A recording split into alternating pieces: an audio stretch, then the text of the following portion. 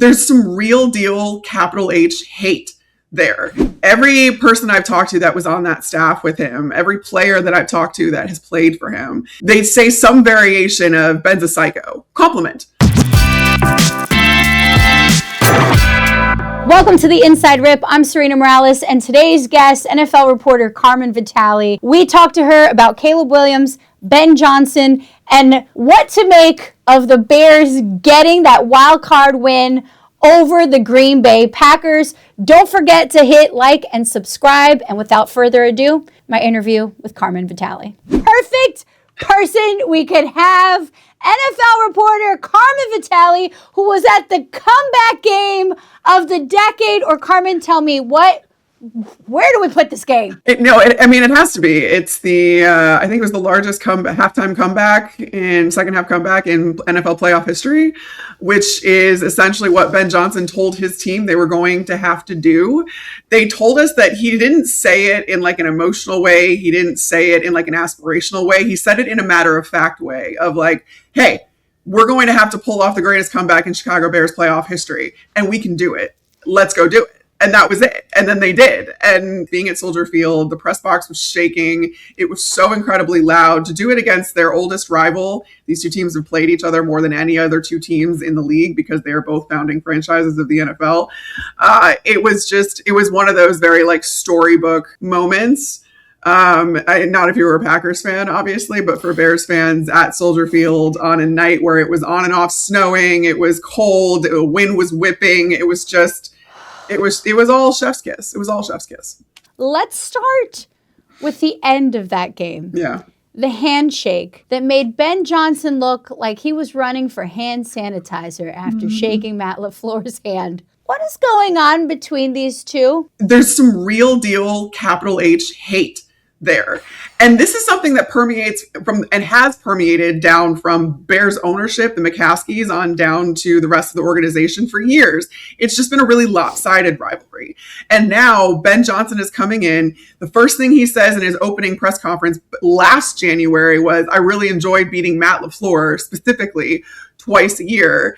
And with this playoff win, he got to beating Matt LaFleur twice this year. But it just seems like they really don't like each other. They actually don't like each other. And that is so rare in today's NFL because of how transactional and how just kind of fluid teams are and players are and coaches are. I mean, coaches get fired every season, right? A quarter of the league turns over coaching wise, and player wise, it's even more than that. So it's like, you can't really, maintain rivalries when you could end up on that team, right? That is not the case with the Chicago Bears and the Green Bay Packers. That is not the case with Ben Johnson and Matt LaFleur.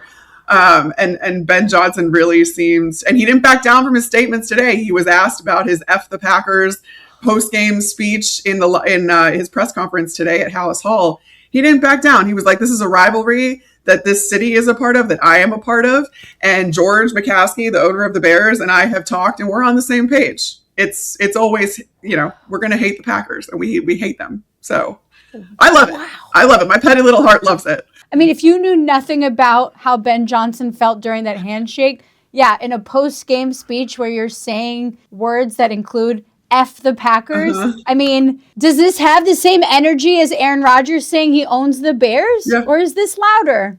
I think it's a little bit louder because you never really hear the coaches kind of go at it like this.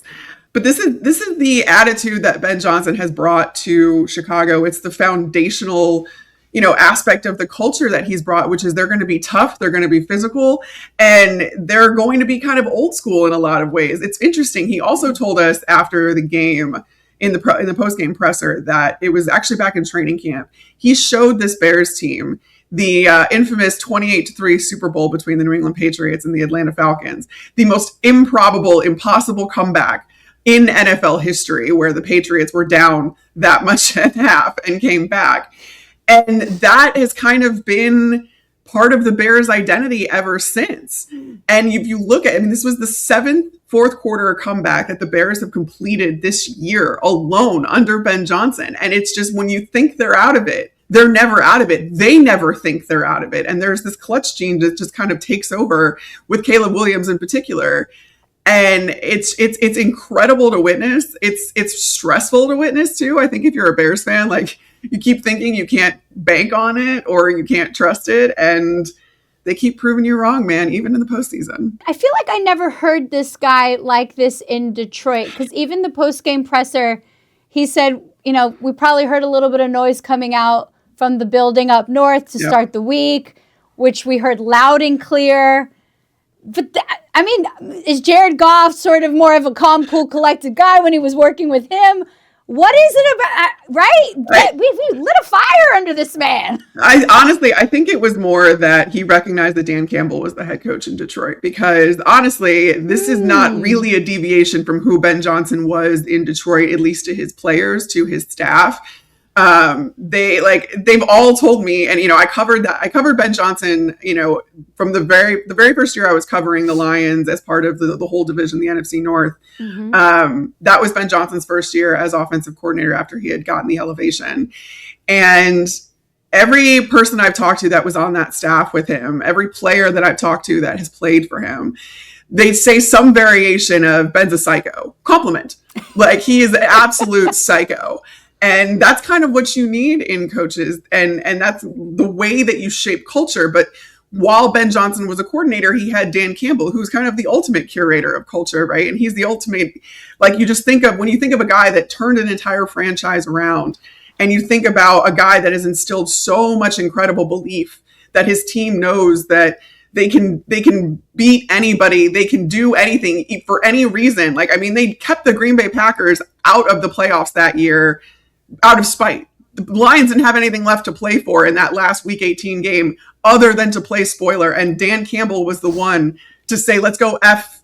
I can't say these words, but like, you can f the Packers. Yeah, okay, great. I can say it. It's okay. The message, we'll leave it out. The message in that was, we're going in there to up. That's what Dan Campbell told his staff. And so that's clearly, you know, gotten into the fabric of who Ben Johnson is as a coach too. And I think that he was always like this, even as a coordinator, but he just didn't necessarily have the platform that Dan Campbell did, nor did he want that, because he was deferring to Dan Campbell.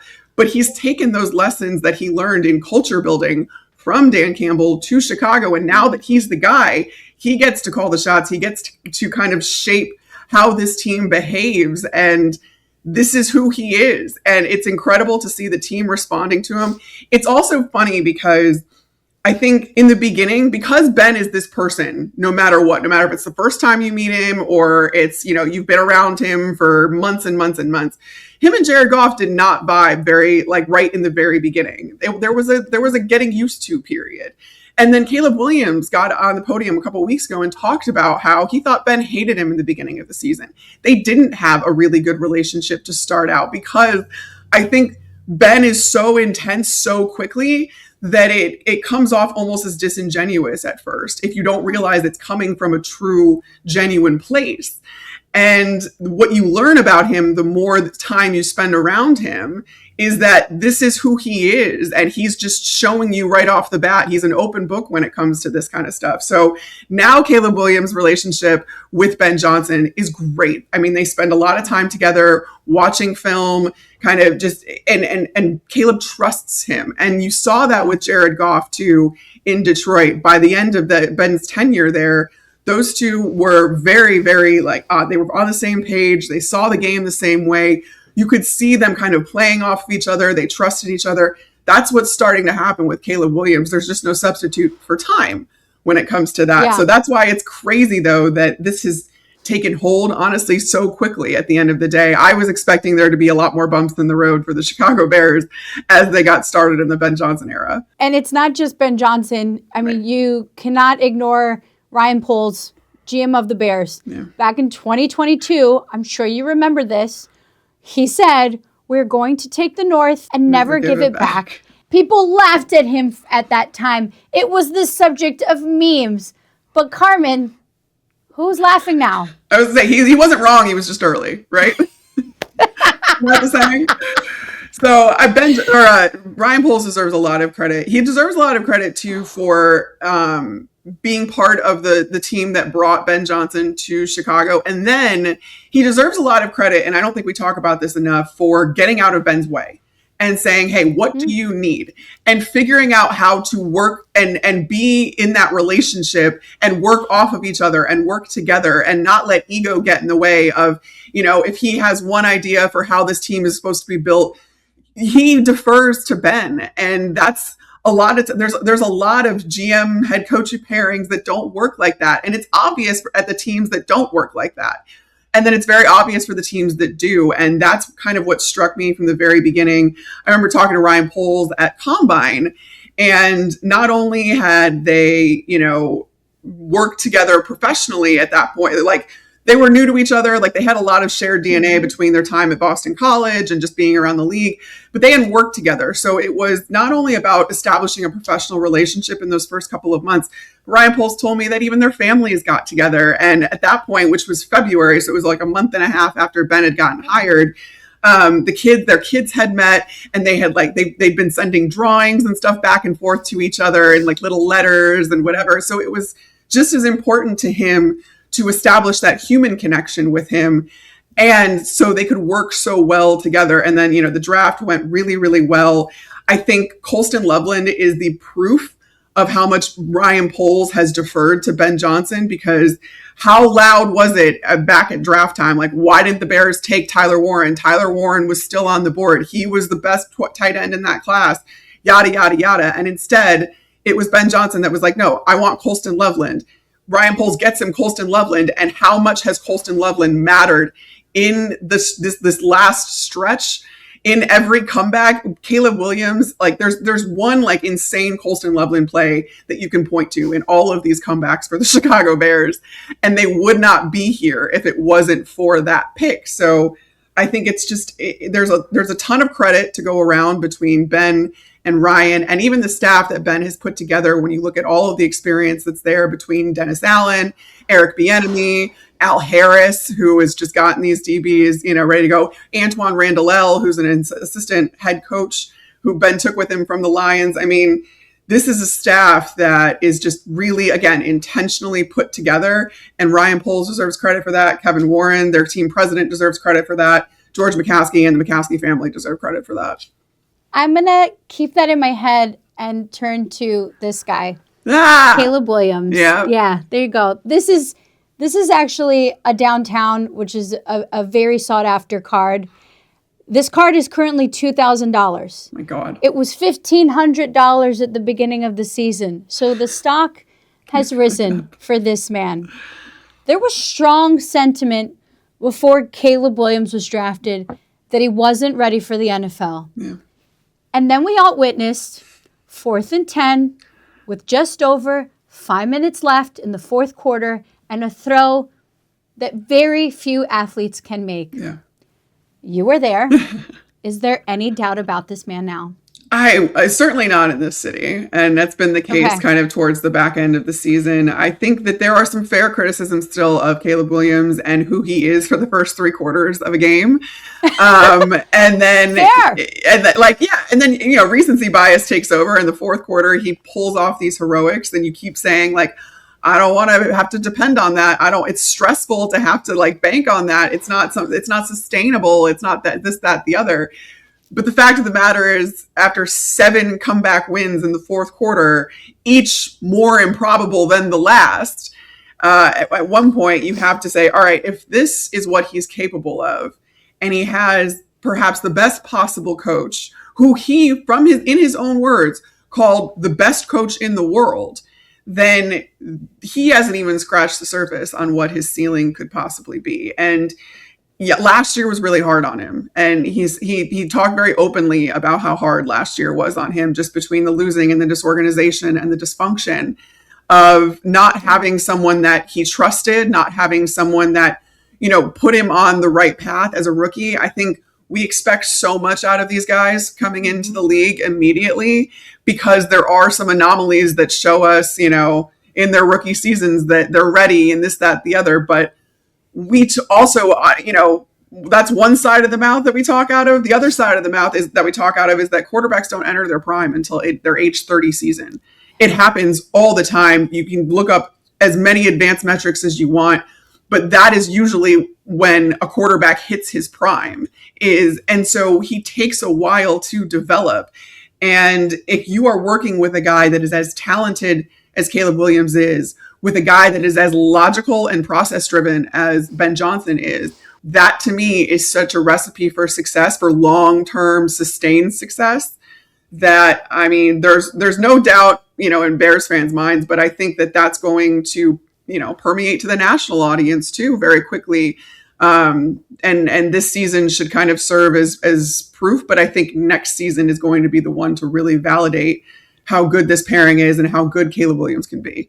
What was that throw like when you saw it? Like what was the crowd? What was the sound? I think I just laughed. I think I just sat back and I laughed. It wasn't even disbelief though, because we'd seen Caleb Williams do stuff like that before. But I mean, the crowd, that was, I think, the first time I felt the stadium shake, was just, and like Rome Odunze had just come back from injury and he hadn't really been super consistent at that, like in the game leading up to that point. So it was like, and he had been so like one of Caleb Williams' like safety blankets prior to his injury, right? So it was like, it was cathartic almost to see Caleb Williams be able to go to Rome in one of those scramble drills. But I cannot emphasize enough Caleb Williams' natural ability and just how unnatural it is, because he's working against his momentum. He is not, he was completely off the ground. Not one foot of his was on the ground. And the way that he is contorting his body and the power he is getting behind these throws, despite not being set, despite going against his momentum, despite what, like, that like defies every law of physics that we know of. I'm so serious when I say, like, I have never seen someone do the things that Caleb Williams has done in flashes this season. And it's just about, yes, we know he can do that. So imagine if he can get the boring stuff a little bit more consistent, and then you pull something like that out. If you're a defense, that's the most frustrating and defeating thing. I mean, the Packers, you could see it on their faces. They were all just like, are you kidding me? How did he do that? Because even to NFL players, that should not be possible. And it was. So we were all, I literally think that when I saw that, I had a weird, like, and I felt this way a couple of times now, where I was just kind of like, I don't, like, as improbable, and like, I don't know what the percentage was on like the success of the expected success of that play. 0.0. That was like 0.00004, right? Like something like that. But like, I had much more confidence in like the chances of that being completed because of what we've seen Caleb Williams be able to do. But even then, I was just kind of like, I laughed. I think I just laughed. What can we learn and apply to future NFL draft picks when it comes to the Caleb Williams story? Ben Johnson told us that back in training camp, the installs for this offense are more complex than anything he installed initially in Detroit. They are not easy, and they are not necessarily tailored to what these guys have done in college. And specifically when you talk about the under center play action game that is so prevalent in this offense, Caleb Williams very rarely went under center at USC. Very rarely do college quarterbacks go under center. There are college quarterbacks that have never gone under center that are become top picks. They become first round picks in the league. And that's just a small example of, some of these guys that don't even, like, they've never been in a huddle. Like, it's one of those things where the college game is so much different than you think from the NFL game. Even though they look similar and the rules are very similar and all of that kind of stuff, there are little tweaks and nuances that quarterbacks especially have to reckon with. There's so much that a quarterback has not experienced in college that they now have to reckon with in the NFL. And it takes a long time. So this is a very long-winded way of saying we need to be more patient when it comes to quarterbacks. And we need to be, I don't want to make any sweeping declarations, good or bad, for that matter. I mean, you've seen what's happened with Baker Mayfield. You've seen, Bryce Young was in the postseason this year, and we all thought he was left for dead. Sam Darnold was the #1 overall seed in the NFC.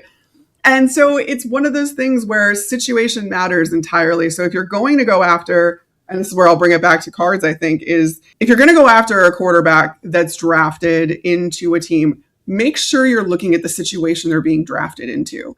Just because they're the first overall pick, great. It means that they were the best player in college. But if they're going to a dysfunctional organization, as they probably are if that organization was picking first overall, what do they have in place that makes you think that quarterback can succeed right away? And that, I think, is the biggest lesson that we can take just in general. You really want to look at, all right, what's the offensive line situation like? Who's the offensive coordinator there? What weapons do they have? How good is that defense?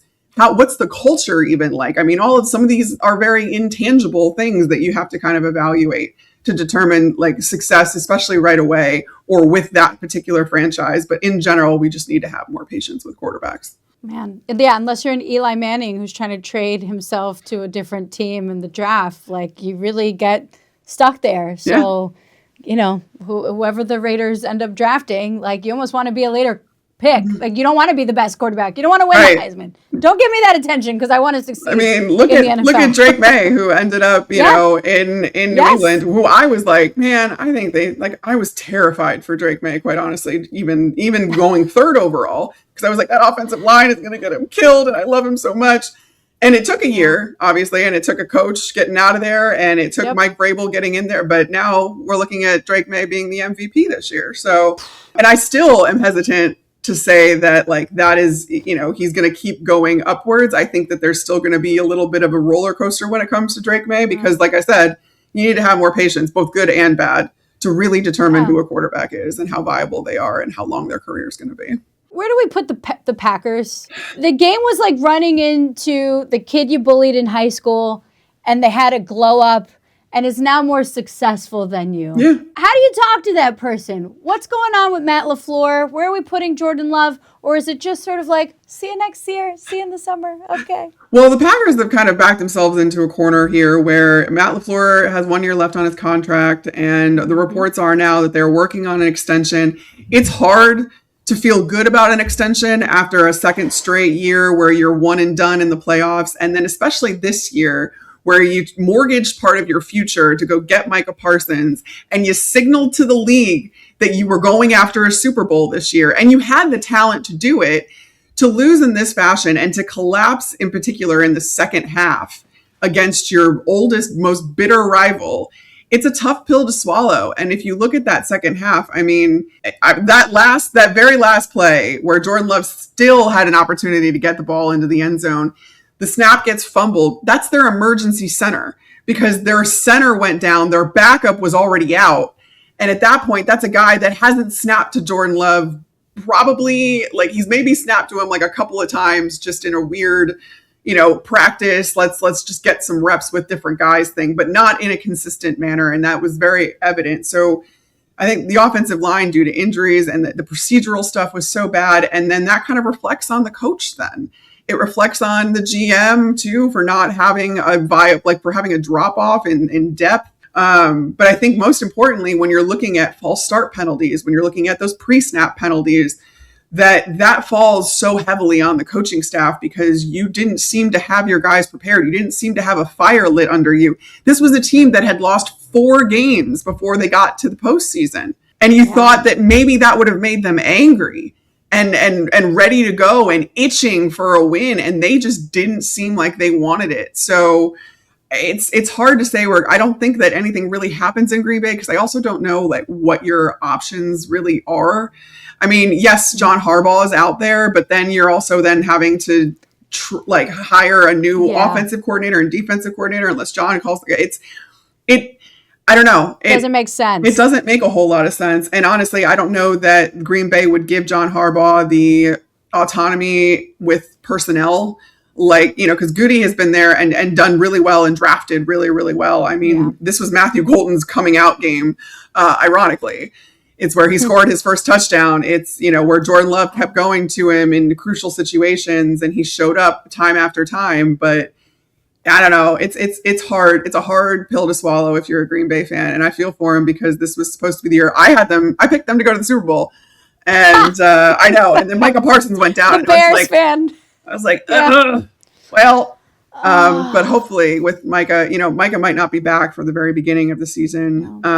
But hopefully he could get healthy and rejoin that team at a time where they're making another push, and they're going to try to, And the NFC really, I mean, the future of the NFC just seems wide open anyway. So Speaking of the NFC, the Rams and Bears, who are the players that are going to solidify their long-term credibility in this game?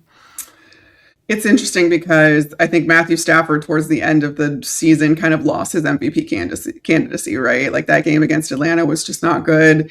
And he hadn't seemed to play up to the standard that he had set for himself earlier in the season, which he was on an absolute tear.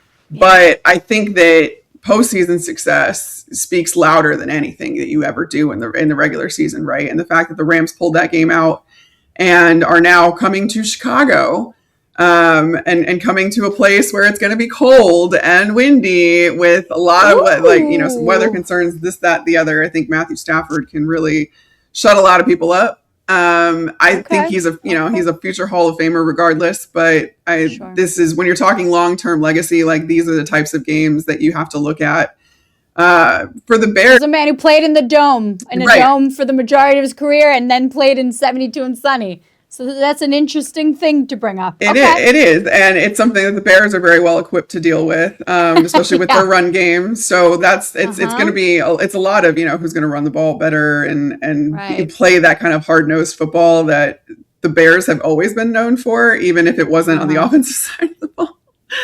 But this game is going to be very, very interesting because the Rams obviously have a lot more postseason experience coming into this, and Matthew Stafford is he's the poster child for postseason success in a lot of ways, and he's one of those guys that like the young quarterbacks getting into the league, like, oh yeah, my favorite quarterback's Matthew Stafford. I grew up, watching him at this point because that's how old we are. I remember watching Matthew Stafford at Georgia in college because they came to Arizona State when I was there, and like he was on those teams, and I was like, oh my god, he's been in the league for 17 years. It's fine. I'm so excited, honestly, for this matchup. I think with the Bears, like, it's so interesting because so many of them are so young. Caleb Williams, obviously very young. This is a team that has just been put together, and so much of the offensive nucleus of this team is young. You talk about Rome Odunze, who's on the same track as Caleb is, and you have Colston Loveland, who I can't believe he was a rookie this year because he's already become so ingrained and entrenched in this offense. Kyle Monangai, their 7th round rookie, is just as important as DeAndre Swift in this offense, and that two tandem offensive backfield is awesome and is exactly what Ben Johnson wants as far as his run game goes. So I don't know that there's any like lasting legacy things because everybody's just so young on the Bears. And this is already house money. This is already surpassing expectations for Chicago. Whereas the Rams, I think, you've got the old vet on the other side of this that really has a punctuation mark to put on his career. All right, so I'll end with this. Is Ben Johnson the new Sean McVay? It's interesting because I keep trying to figure out like why Ben hates Matt LaFleur so much. And I'm like, does he hate other coaches in that tree too? Does he just kind of resent that they get all of the Shanahan McVay trees, that they get all of the credit for pushing forward offensive football, and Ben's over here like, hey, he's kind of an offshoot of like the Sean Payton tree, but he's like, I'm like, he's evolving offense. He's doing some crazy stuff. And you didn't see as much, like we've seen a few trick plays here and there from Chicago and stuff like that. But fundamentally, they're still getting the basics down, right? And that was true in Detroit. They played a very vanilla offense that first year comparatively, like to what it became.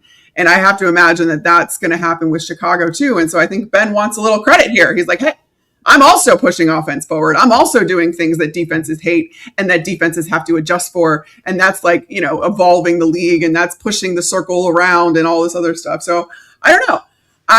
Maybe like in time when Ben's coaches go off elsewhere and he has his own tree, we can like really be sure. But as of right now, I mean, the Shanahan McVay trees essentially own half the league when it comes to offensive play callers.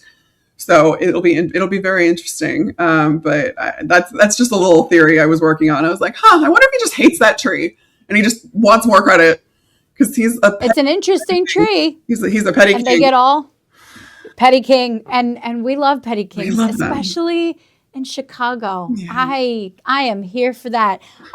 Want to emphasize the We the Hobby, Carmen. We sent you a Pantheon box that you will open. But seriously, the hobby is for everyone, and we are so glad that you're a part of it. Thank you so much.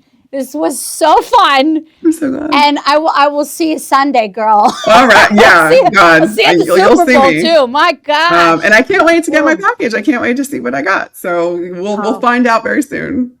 Chicago themed. I'll just leave it there with Okay. you. Yeah.